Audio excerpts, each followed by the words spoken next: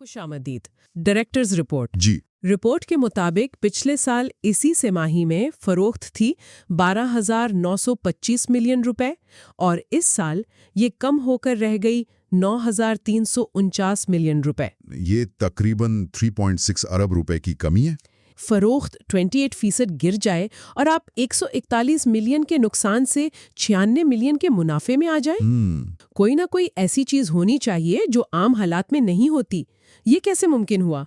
आपका शक बिल्कुल दुरुस्त है। इस तब्दीली की दो अहम वजूहात हैं जो हमें रिपोर्ट के अंदर से मिलती हैं। पहली वजह निस्बतन सीधी है, मालियाती खराजात यानी सूद की अदायगियों में फाइनेंस कॉस्ट में 21% की कमी आई है। ठीक है। कंपनी का कहना है कि ये बेहतर वर्किंग कैपिटल मैनेजमेंट और शरह सूद में कमी की वजह से हुआ। ये एक मुस्बत कदम है। लेकिन ये कमी इतनी बड़ी तो नहीं कि 1441 मिलियन के नुकसान को 96 मिलियन के मुनाफे में बदल दे? नहीं, बिल्कुल नहीं। ये तो तकरीबन 237 मिलियन रुपए का फर्क है। दूसरी वजह क्या होनी चाहिए? वो यकीनन बहुत बड़ी होगी। दूसरी वजह ही इस कहानी का मरकजी किरदार है। अच्छा। और वो है दीगर आमदनी यानी अदर इनकम में तेज इजाफा। अच्छा। अगर हम सिर्फ पेरेंट कंपनी के गैर मजमुई अनकंसोलिडेटेड मुनाफा और नुकसान के गोशवारे को देखें तो पिछले साल ये आमदनी 248.5 मिलियन रुपए थी और इस बार इससे माहाने में 3 गुना से भी ज्यादा बढ़कर 818.7 मिलियन रुपए हो गई है। मतलब सिर्फ उस एक आइटम में 570 मिलियन रुपए का इजाफा हुआ है। तो ये दीगर आमदनी एक तरह से कंपनी के लिए लाइफ जैकेट बन गई, जिसने उसे फरोख्त में कमी के बावजूद डूबने से बचा लिया। Consolidated profit and loss statement जी। यहाँ मजमुई मुनाफा यानी ग्रॉस प्रॉफिट पिछले साल के 2,318 मिलियन रुपए के मुकाबले में कम होकर 2,052 मिलियन रुपए रह गया है। जी, और ये एक और अहम नुक्ता है। फरोख्त 28% कम हुई, लेकिन मजमुई मुनाफा सिर्फ 11.5% कम हुआ। इसका क्या मतलब हुआ? इसका मतलब है कि फरोख्त की लागत यानी कॉस्ट ऑफ सेल्स उस तनासुब से कम नहीं हुई जिससे फरोख्त कम हुई। इससे ग्रॉस प्रॉफिट मार्जिन पर दबाव जाहिर होता है। ऑपरेटिंग मुनाफा, ऑपरेटिंग प्रॉफिट, वो पिछले साल के 1,762 मिलियन रुपए के मुकाबले में बढ़कर 1,851 मिलियन रुपए हो गया है। इसकी वजह इंतजामी और फरोख्त के अखराजात में मामूली कमी और एक बार फिर वही कलीदी अंसर दीगर आमदनी है। मजमूई सतह पर यानी पूरे ग्रुप को मिलाकर दीगर आमदनी 254 मिलियन से दुगनी से भी ज्यादा होकर 548 मिलियन रुपए हो गई है। इसने न सिर्फ ग्रॉस प्रॉफिट में कमी को पूरा किया बल्कि ऑपरेटिंग मुनाफे को भी तकरीबन 90 मिलियन रुपए बढ़ा दिया। तो क्या हम ये कह रहे हैं कि कंपनी का असल काम यानी चीजें बनाकर बेचना दबाव में है और उसकी सारी कामयाबी का दारोमदार उस दीगर आमदनी पर है? बिल्कुल। ये तो ऐसा है जैसे एक रेस्टोरेंट का खाना कोई न खा रहा हो, लेकिन वो मुनाफा इसलिए कमा रहा है क्योंकि उसने पार्किंग की जगह किराए पर दे दी है। आपने बिल्कुल सही मिसाल दी है। ये एक बहुत अहम नुक्ता है जिस पर सरमायाकारों को गहरी नजर रखनी चाहिए। किसी भी कंपनी की पायदार तरक्की उसके बुनियादी ऑपरेशन से हासिल होने वाले मुनाफा पर मुनहसर होती है ना? जाहिर है। अगर मुनाफा गैर मुतवातिर या गैर ऑपरेशनल जराए से आ रहा हो तो उसकी पायदारी पर हमेशा एक सवालिया निशान रहता है।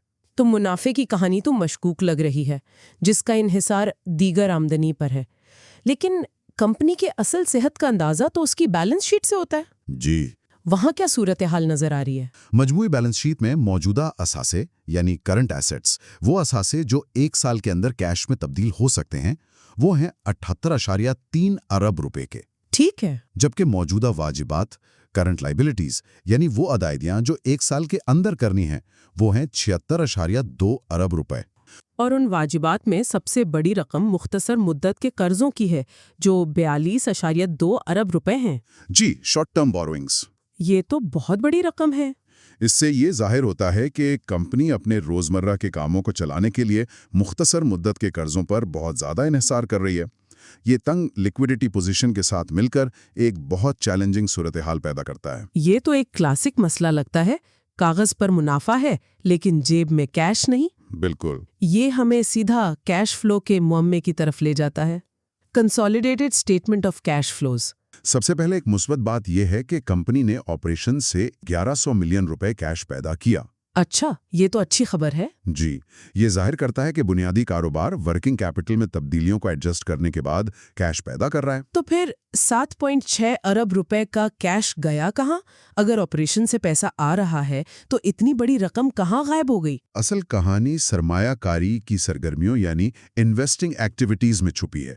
तिमाही के दौरान मुख्तसर मुद्दती सरमायाकारी शॉर्ट टर्म इन्वेस्टमेंट्स में 7.8 अरब रुपए का भारी अखराज हुआ है, आउटफ्लो। 7.8 अरब? जी, ये एक बहुत बड़ी और गैर मामूली हरकत है। इस एक सरगर्मी ने न सिर्फ ऑपरेशन से पैदा होने वाले तमाम कैश को खत्म कर दिया, बल्कि कंपनी के ज़खायर से मजीद अरबों रुपए भी इस्तेमाल कर लिए। एक सेकेंड, ये बात हजम नहीं हो रही। एक तरफ आप कह रहे हैं कि कंपनी के पास रोजमर्रा के अखराजात के लिए पैसे तंग हैं और दूसरी तरफ वो तकरीबन 8 अरब रुपए कहीं इन्वेस्ट कर रही है। जी, ये तो ऐसा है कि कोई कहे मेरे पास खाने के पैसे नहीं और फिर जाकर एक नई गाड़ी खरीद ले। ये रकम गई कहाँ? क्या रिपोर्ट में इसकी कोई तफसील है? नहीं, ये एक बहुत बड़ा सवालिया निशान है जिसका जवाब जरूरी है। इतनी बड़ी रकम, खासतौर पर जब कंपनी की लिक्विडिटी पहले ही इतनी कमजोर हो, कहाँ और क्यों लगाई गई? ये मौमा तो मजीद गहरा होता जा रहा है। मुझे लगता है कि ये सब बातें आपस में जुड़ी हुई हैं। पुरस्कार दीगर आमदनी, कैश की कमी और ये 8 अरब रुपए की नामालूम सरमायाकारी। बिल्कुल। अब हम इस कहानी के आखिरी और शायद सबसे अहम हिस्से की तरफ आते हैं। ज़िली कंपनियों और मुतालिका फरीक के साथ लेन देन, रिलेटेड पार्टी ट्रांजैक्शंस। जी, रिपोर्ट के नोट्स में ज़िली कंपनियों जैसे सनराइज फूड्स और सनराइज कन्फेक्शनरी के साथ लेन देन का जिक्र है। शायद जवाब यहाँ छुपा हो। यहाँ आकर तस्वीर बिल्कुल वाज़ेह हो जाती है, लेकिन इसे समझने के लिए हमें एक छोटा सा तकनीकी नुक्ता समझना होगा। वो क्या? मालियाती रिपोर्टिंग में 2 तरह के गोशवारे होते हैं, गैर मजमूई यानी अनकंसोलिडेटेड और मजमूई यानी कंसोलिडेटेड। अच्छा।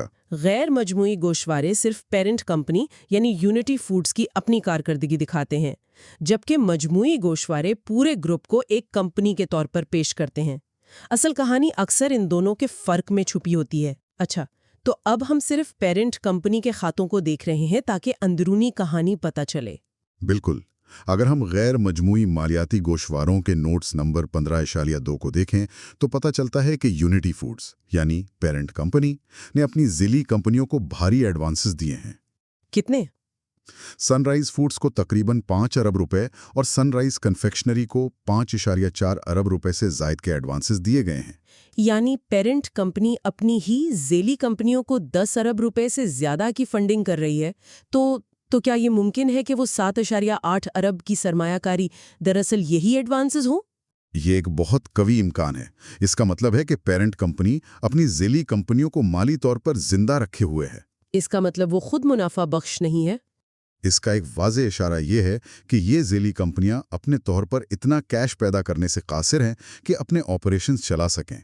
इसलिए उन्हें पेरेंट कंपनी से मुसलसल माली मदद की ज़रूरत पड़ रही है। और यहाँ दीगर आमदनी का राज भी खुलता है ना? जी, अब हम इसी नोट के दूसरे हिस्से 15.1 को देखते हैं। इसमें वाज़ेह तौर पर लिखा है कि पेरेंट कंपनी ने सनराइज फूड से 149 मिलियन रुपए और सनराइज कन्फेक्शनरी से 163 मिलियन रुपए सूद की मद में कमाए हैं। ये कुल मिलाकर 312 मिलियन रुपए बनते हैं।